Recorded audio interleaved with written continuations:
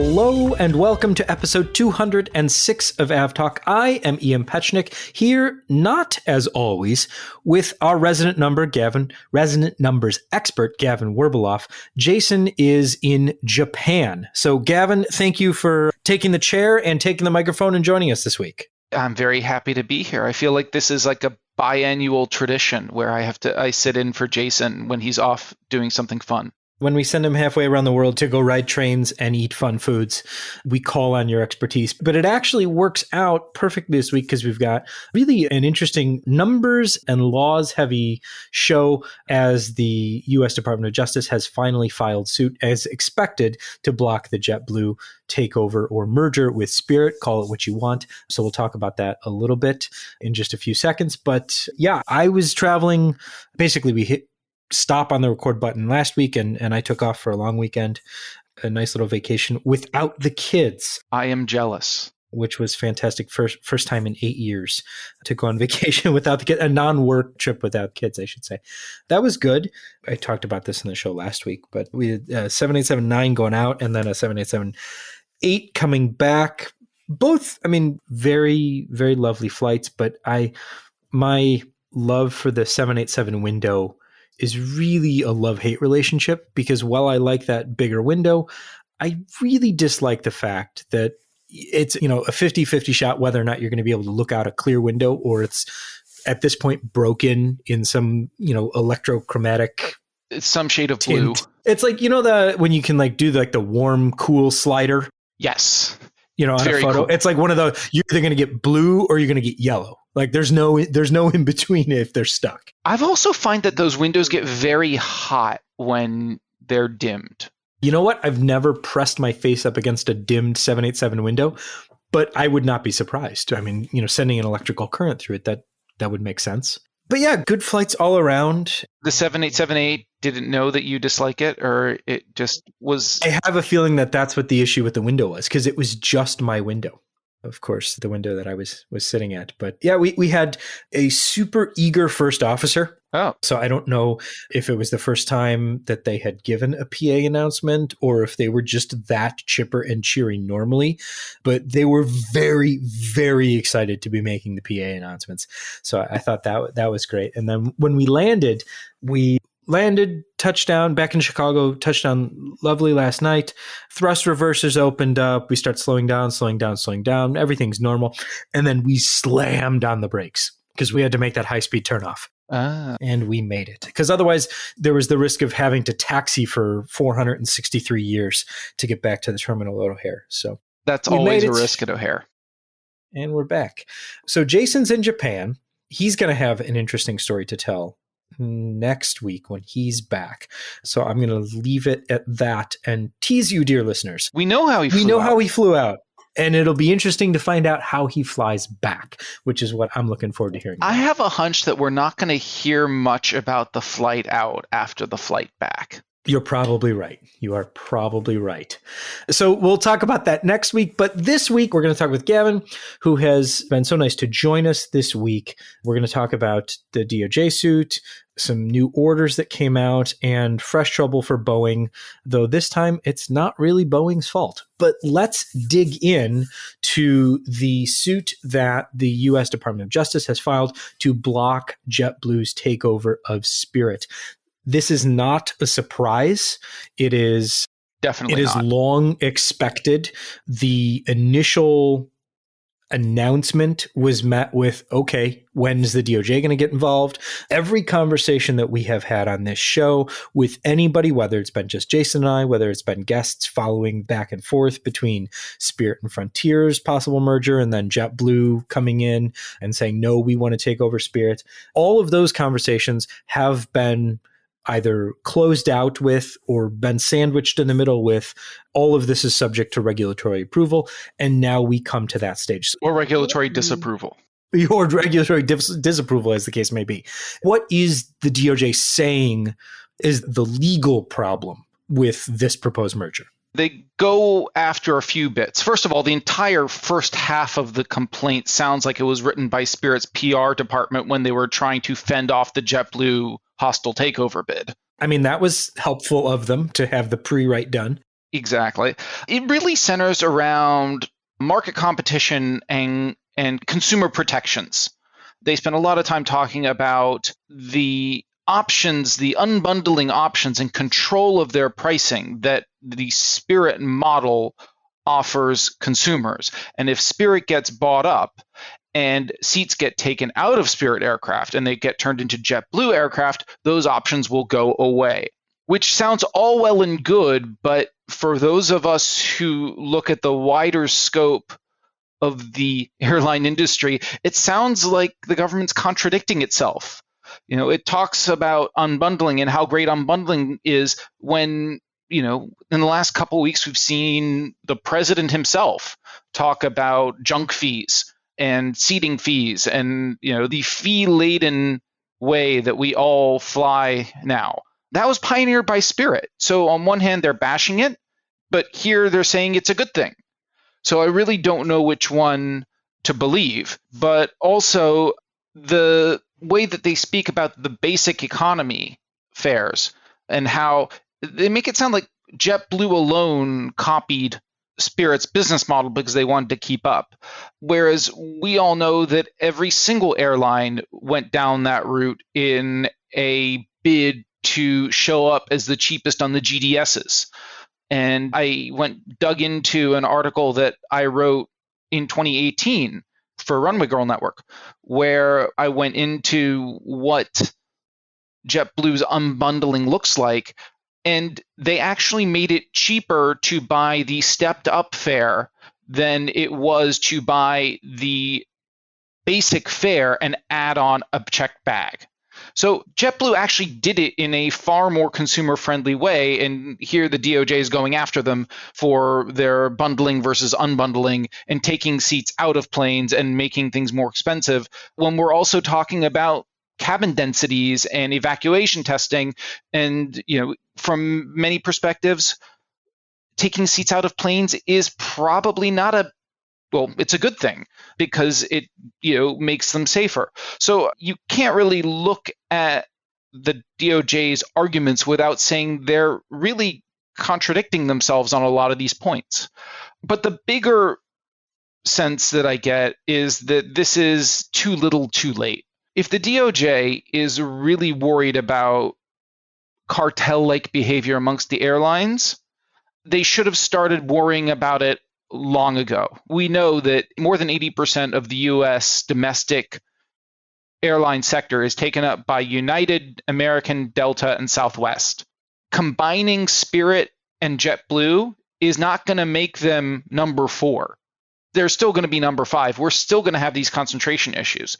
And if the DOJ was this concerned about the possibilities of cartel-like behavior and an oligopoly in the airline industry, they should have started by pushing back a lot harder against Delta and Northwest, or United and Continental, or American and US Air, or Southwest and AirTran, or Alaska and Virgin America. This is the 6th potential merger that we've been looking at in the last less than 20 years in the sector. And this is the first time the DOJ has brought up these concerns about competition and consumer protection.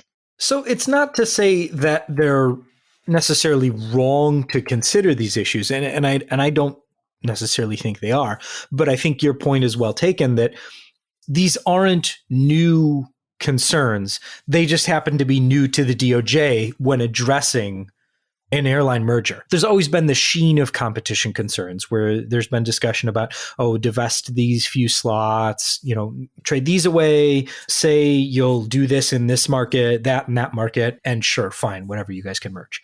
This seems to be the first time that they're actually taking a serious look and making a serious argument, whether or not it's fully justified, but spending some time on the consumer, kind of the consumer protection aspect of this particular merger. This seems to be new for the DOJ. Whether or not it should have been a focus all along seems, I guess, at this point moot, because those mergers have already come and gone, and in some cases ungone, right, depending on which airlines you're talking about. And I think you also have to look at this one against the backdrop of the legal action the government's taking against the Northeastern alliance that JetBlue has with American.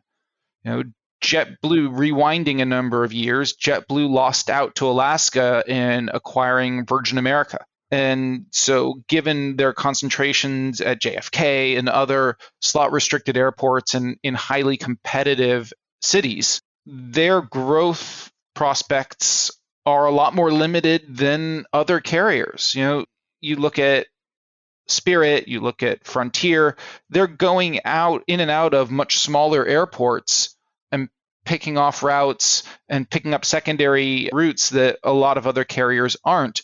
JetBlue, their options for expansion are extremely limited.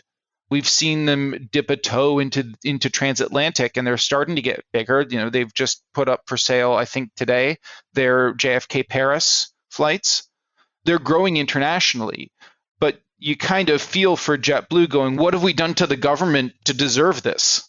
Yeah, it seems like that any airline merger at this point would be getting this particular bit of scrutiny rather than a JetBlue Spirit merger specifically deserves this type of scrutiny.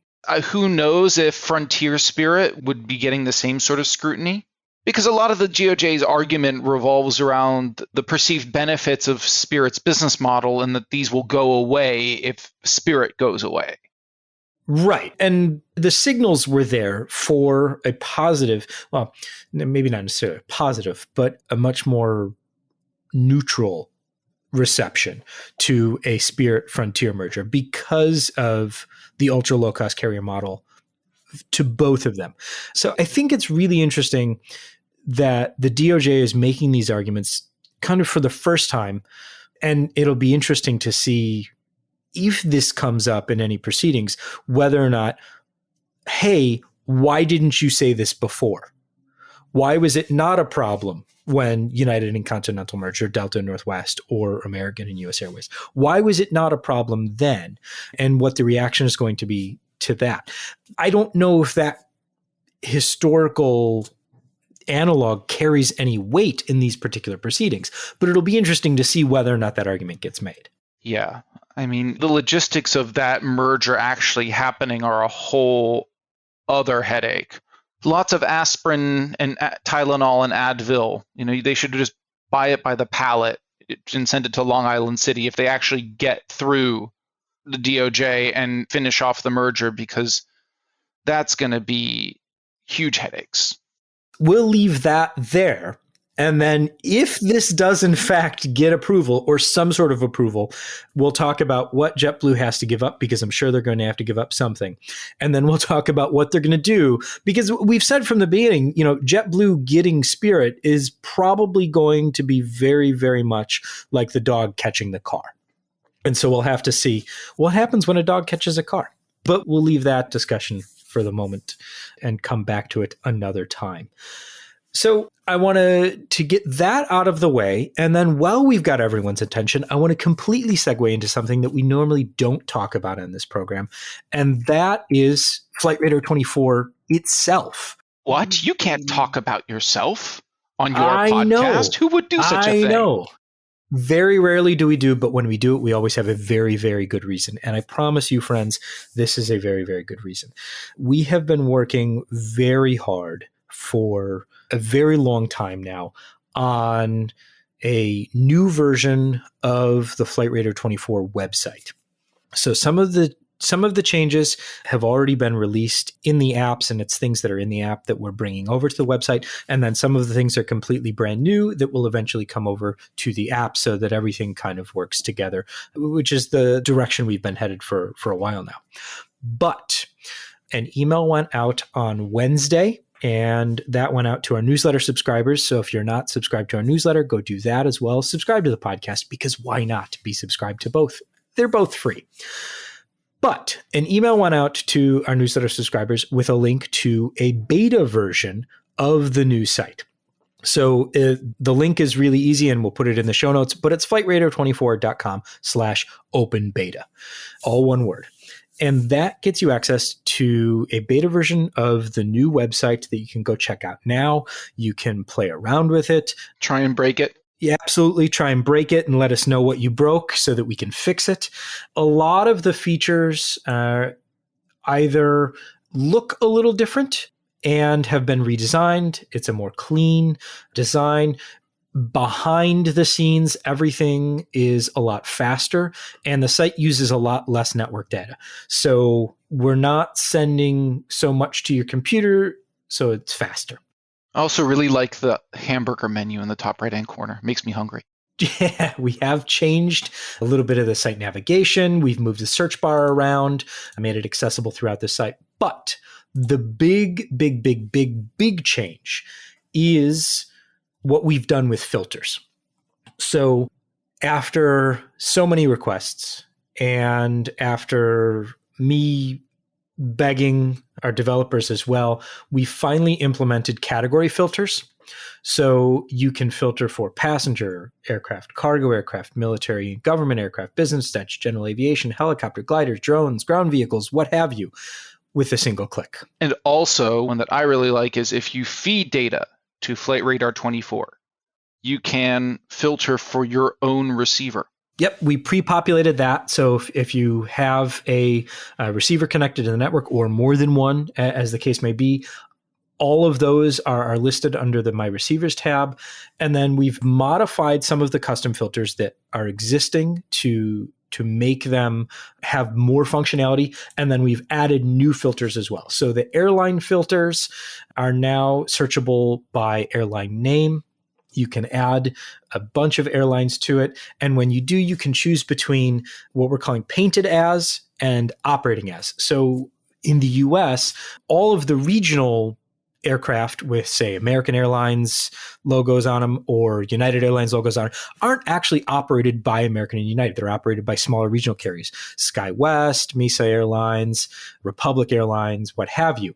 So now, instead of having to enter each separate call sign, you can just type American Airlines and then choose painted as, and any aircraft painted in the American Airlines livery will show up so that you can filter for those just with one click.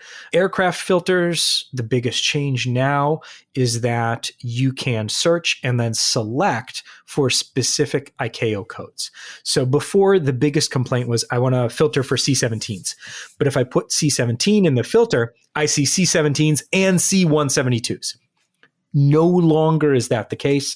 You'll be able to search for exactly which aircraft filter you want and then choose that and that only. Or you can use, we've added a wildcard filter, so you can put a star after anything and see a completed ICAO code for that. So if you put B77 star, you'll see all of the 777, all the varieties of 777s. Airport filters, you can now, the biggest change here is that you can now filter for entire countries. So if you want to see all flights to and from New Zealand, you can do that rather than having to enter each airport in New Zealand that you want to see aircraft flying to and from. And I'll have more to share about airports and, dare I say, route filtering, hopefully soon. Under the advanced tab, call sign is still there for specific call signs, registrations there for specific registrations. We've added filter by squawk. So now if you want to see flights that are general aviation flights squawking 1200, you can do that for kind of like a US traffic or 2000 to elsewhere. And then we also have the speed and altitude, and you can filter by a specific radar. So if you have a friend who has a receiver, you can filter by their receiver as well. And then the last one that we added is filter by aircraft age. So you can see only really new aircraft, only really old aircraft, what have you, however you want to mix and match all of those filters. And you can combine all of them and save them as one preset filter so that you can, modify which aircraft you're interested in. And then you can combine the preset filters that you have as kind of an and filter. So if you've got airline specific filters that you really like, and you have airport specific filters that you really like, if you check both of those, it becomes an and filter. So you're filtering for the airlines and the airports, and then it'll show just those flights. So flightradar24.com/open beta. go check it out. There's a feedback button on the right-hand side, a blue feedback button, so that you can leave us general feedback, tell us what you like, what you didn't like, what you think we need to change. And if there's something that's not working at all, you can leave us a bug report and let us know what we need to fix before we launch the final version. I think all bug reports should come with a BCC to Jason. Yeah, we have that in place. It does go to his email, and it auto-generates a cat photo as well. So just to kind of balance things out. But we didn't tell him, and he's not here this week, and he never listens to the podcast. So if you're listening this week, file a bug report, and we'll see what happens. But definitely do check that out. And if you have any feedback, leave us the feedback or email us at podcast@fr24.com with things that you like, don't like, and we'll try and get those incorporated into the final version of the site. And now back to our regular scheduled programming. This week comes a very sad accident report because it's so unusual.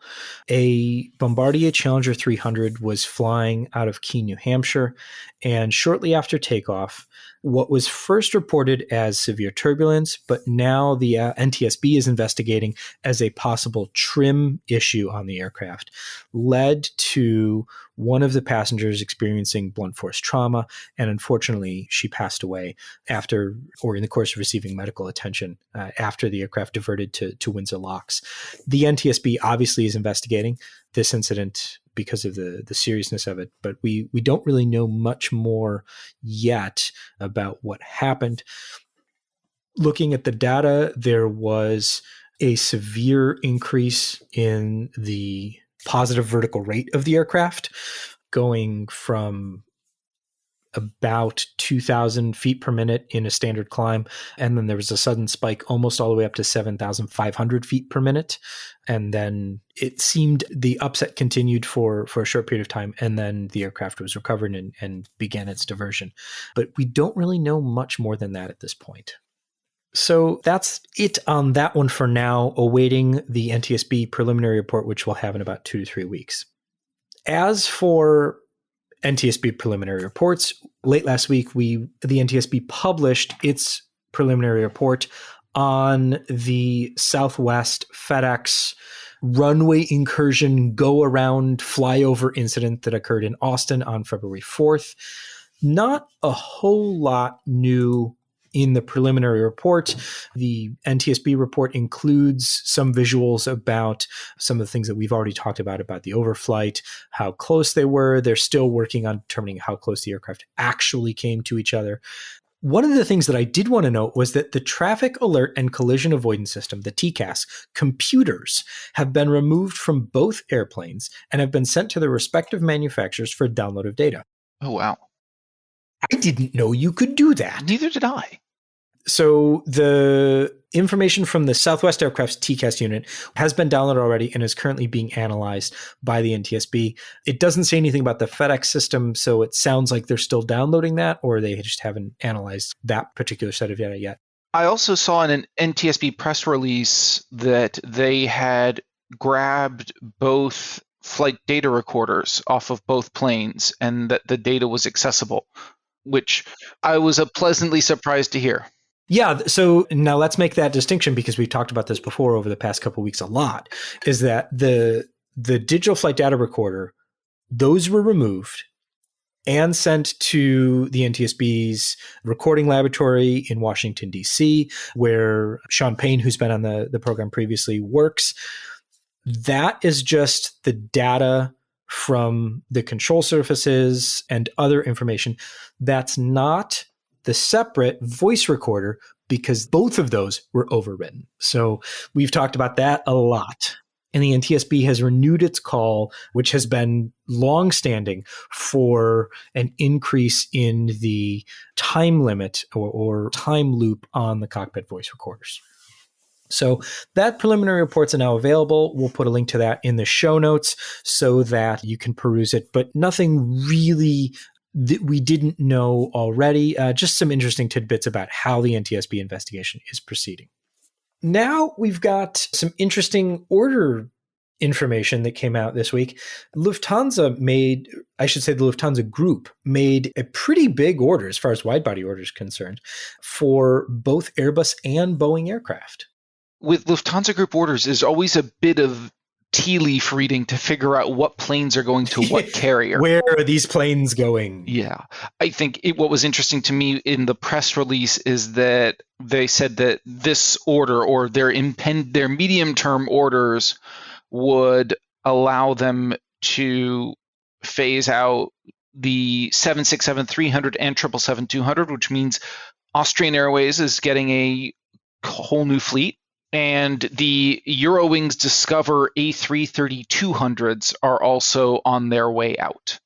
Yeah, and then the A340-600s, A340-300s, and 747-400s, all four-engine aircraft, are also going to be phased out. But it sounds like those will go kind of in a second wave, or it's unclear to me the timeline on that. I guess it all depends on deliveries. Yeah, because the A340-300s are Lufthansa, Swiss, and Edelweiss, which is a sort of a subsidiary of Swiss. And Swiss is in the process of sending a fifth 340-300 to Edelweiss. So I don't know how long it's going to be before all of those 340s are gone. I think the more obvious one is the 350-1000s are going to take care of John Walton's beloved A340-600s once and for all. And Lufthansa did note that those planes will come with a first class, which I think many people are cheering for, because Lufthansa first class is a big hit amongst the frequent flyers and well-heeled travelers of the world. Yeah, I think it'll be interesting to see when they start taking deliveries, because it says expects to start taking deliveries in the mid-2020s. But the other thing I thought was interesting was that the Lufthansa Group has also entered into, and this is AIN Online reporting, quote, advanced negotiations to acquire further long-haul aircraft that Boeing and Airbus could make available at shorter notice. So they're keen to get some of these planes in, and if they can take anybody else's delivery slots, it sounds like they're very happy to do so. Yeah, I mean, what's interesting is that the first 5 787-9s that Lufthansa has picked up, which I believe were originally supposed to be for HNA Airlines, all came with GE engines, even though all other orders for 787s that Lufthansa has made for sort of factory fresh planes from Boeing have been with Rolls-Royce. So it seems that they are gearing themselves up to be able to very easily handle, and they have Lufthansa Technik to lean on, who are extremely capable of servicing pretty much anything. But sort of nothing would surprise me at this point. They've taken, I think, 4 ex-Philippine Airlines A350s. They've got these 5 787-9s that are being inducted into the fleet. So I think they're going to be pretty opportunistic in terms of what they grab and where they can grab it. Yeah, and why shouldn't they? I mean, I can only imagine the fuel bill for some of these older model aircraft that they still have, especially as part of the Austrian fleet, where why wouldn't they want to lower that bill overnight? Exactly. And I would imagine any 350-900s they can pick up quickly will be particularly useful to them, because those slot in to replace the 340-300s very well, because those particular planes, the 340-300s, have better high altitude takeoff performance than their two-engined brethren, the 330-300, even in its most capable form. And the 350-900 can better match that performance from high altitude airports and can go farther than the 330 can. So I think that's probably the reason that the 340-300s have stuck around so long. Especially looking at the route network, I think that makes good sense. Let's switch over to Japan Airlines, which Bloomberg is reporting is nearing a deal with Boeing for about 20 737 MAX. This is an interesting one to me in the sense that I wasn't necessarily I guess I'm not following Japanese airline order books closely enough to know that this was something that Japan Airlines needed at the moment. They have a fleet of about, how many do they have? About in the low to mid 40s, I think, of 737s. all of the 800 variety. So an order for some Maxes would take care of a bunch of those rather nicely. Japan, given its size, has a very, very robust domestic network that has required wide bodies for a long time. So the notion that they are replacing narrow bodies with fewer narrow bodies and upgauging to wide bodies makes a lot of sense. Yeah, I think there's some good sense here, and obviously upgrading the fleet never makes a bad bet. I just was interested to see what the timing, and it'll be interesting to know what kind of split it ends up being. It sounds like it's going to be 8s and 10s, but we'll have to see when that one is finally announced. That's really bleeding edge news. That just broke like a couple of hours ago. It's helpful when it happens before we record. Very rarely does it happen, but sometimes it does. So we talked last week about Viva Air and Colombia basically shutting down overnight because they couldn't get regulatory approval for Avianca's acquisition of Viva. And now the Colombian Transportation Authority has stepped in and said, well, we're going to manage the airline because this is ridiculous. We will manage the airline and we'll put you through some sort of restructuring plan. So remains to be seen how well that works. So Viva's going to remain, they're saying no to the merger. Viva, you have to start flying again? It sounds like they're not necessarily saying no to the merger in totality or with finality yet. But it does say that we're taking over the airline and you're going to start flying. Okay. I guess I wouldn't go out of my way to book them at this point. Yeah, unless you want an adventure. When it comes to traveling, the less adventure, the better. I like to have my adventures once I'm there. Exactly. So let's see, a couple of other things as we near the tail end of the show. One is that Boeing is suffering from fresh quality issues, though this time no fault of their own. This is a story that was broken by John Ostrow this week.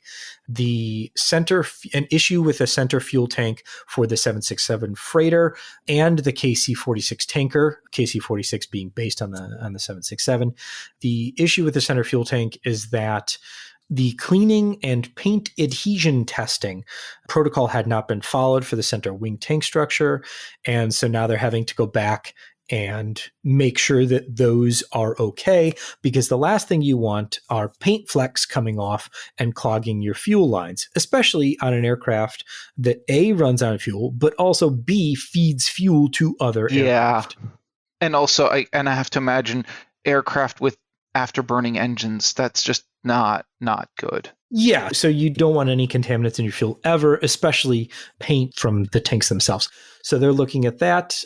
And it should be noted, this happened subsequent to a change of ownership in the supplier. So this is Boeing, is receiving these parts. And remember, they've been building this plane for decades. Boeing deserves criticism for quality control issues, except this one is not their fault. Yeah, it's not to say that this isn't unfortunate or negatively impacting Boeing, but it's certainly not something that they themselves have caused. It's just another headache for them to deal with. Let's see, kind of toss this one near at the end of the show because I feel like we're talking about so much of these, and I want to have a conversation in a future episode about kind of this, but the NTSB is investigating yet another runway incursion. This one happened on the 16th of February between an American Airlines aircraft and an Air Canada Rouge aircraft. The American Airlines 737 was coming into land from Charlotte to Sarasota Bradenton's Florida airport, while the Air Canada Rouge was departing Sarasota for Toronto. There was no contact between the aircraft. They didn't come, in the parlance of the last few weeks, they didn't come particularly close. But, it seems to me that the NTSB is going back and looking at things that perhaps previously might not have warranted a full-scale investigation, that they're now saying maybe there's something going on here. It's a conversation we had not at the beginning of the pandemic, but kind of mid-pandemic when things started to recover.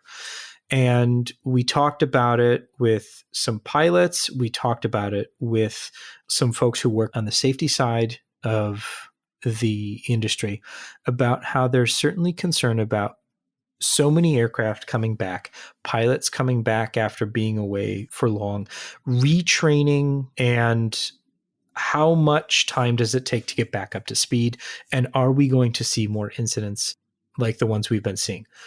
Is that part of the problem? Or are we just seeing these more often because the surveillance has gotten better, or because we're starting to look for them more now because there have been a few high profile ones? So are people going back to looking? That's not a question I have an answer to right now, but it's certainly what I'm thinking about, and what I'm thinking about how to answer in future episodes of the show.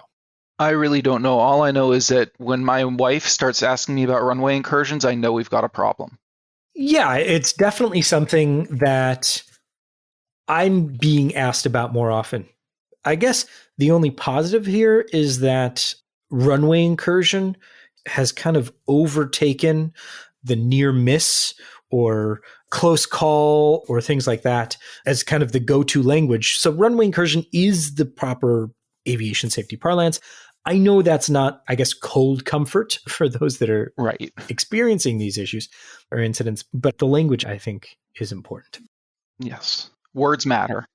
Words matter. Let's close out the show with a couple things that both of which I think we both saw coming, but it seems like no one else did. The first is CargoJet, and we're using CargoJet as a stand-in for the larger cargo industry, but CargoJet specifically is selling a few of the aircraft that it had acquired in order to turn into cargo aircraft. So selling passenger aircraft that are acquired, but not yet converted. And it's also deferring some of the conversion slots that it had acquired so that it can operate fewer cargo aircraft, because as it turns out, the cargo market has begun its decline that it had by law of what goes up must come down.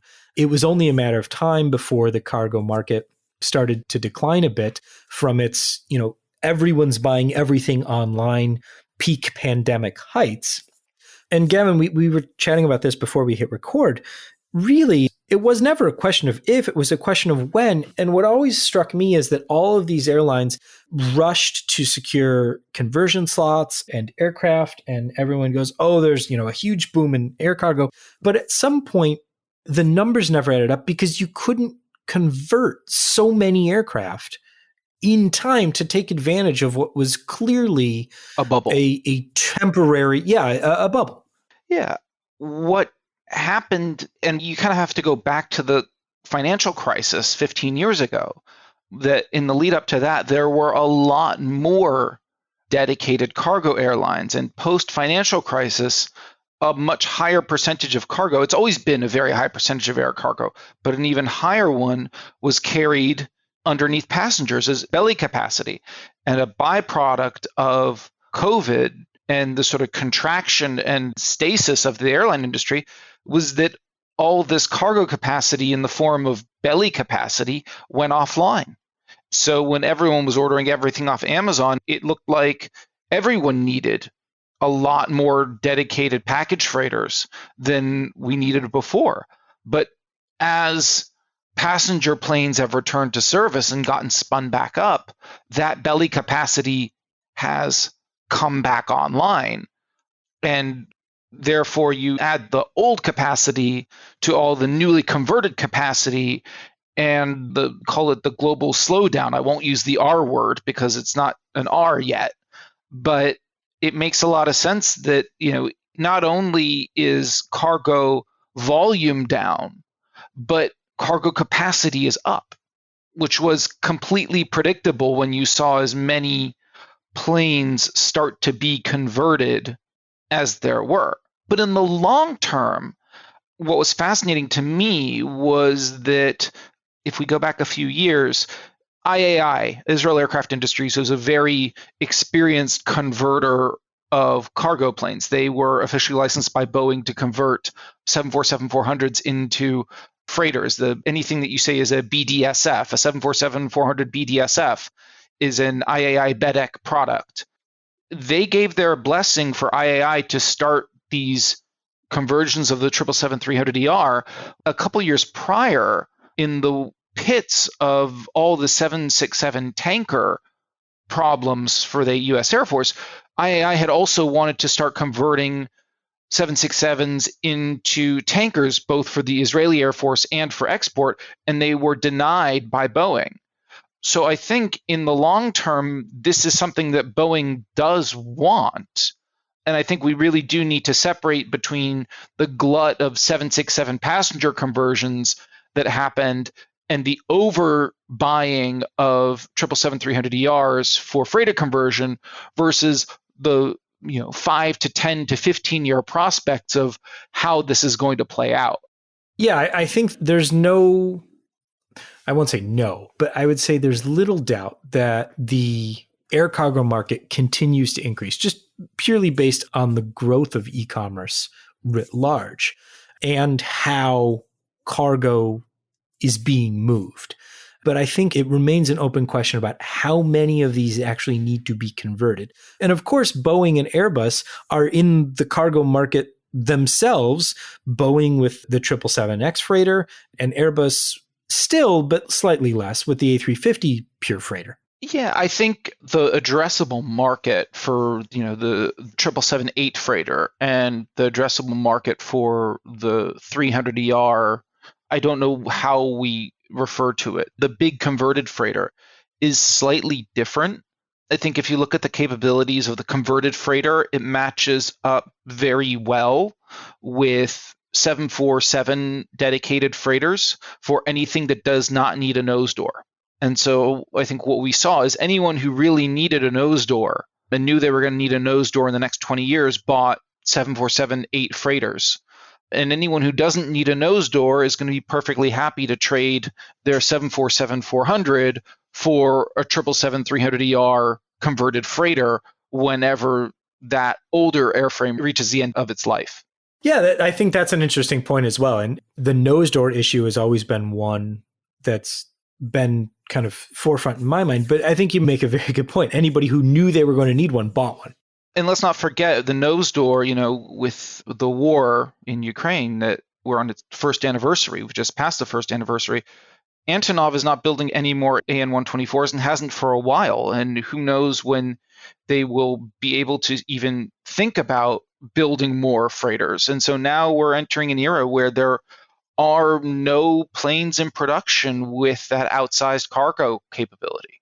Yeah, still plenty floating around there for now, but certainly no more being built. So that's something I guess we're going to have to get on that. Maybe we can design and build one. Pechmo Air.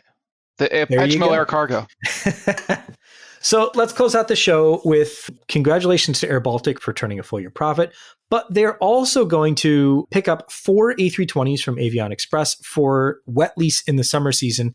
I bring this up because airBaltic's done a very interesting job of nimbly kind of stepping around overcapacity and undercapacity using their switch to the all A220 fleet and kind of bringing that capacity for such a small airline to other places where they've been operating flights for other airlines, but also sometimes bringing extra capacity into their airline so they have aircraft operating flights for them. So this summer, who knows if you're flying an airBaltic A220, it could be very interesting, how you bought that ticket and how you end up on an airBaltic A220. So keep an eye out for that. So you're saying you could have an Avion Express A320 wet leased to airBaltic operating for Air Dolomiti on a Lufthansa code share. And it's an actual Finnair flight. Yep, yes. Entirely possible. So that's something to watch out for, what's going to shape up to be what sounds like another very, very busy summer season. For what it's worth, I've already gotten a notification from British Airways that a short haul flight that I have a ticket on will be actually on a Finnair plane. Well, I mean, that's probably good for you. Yeah. I mean, from a passenger perspective. Mm-hmm. But we'll see how things go this summer. This has been episode 206 of AvTalk. I am Ian Petchnick, and here infrequently, sometimes with... every once in a while to punch my sandwich card. There you go. Gavin Werbeloff, our resident numbers expert. Thank you so much for joining us, and thank you all so very much for listening. We'll see you next week.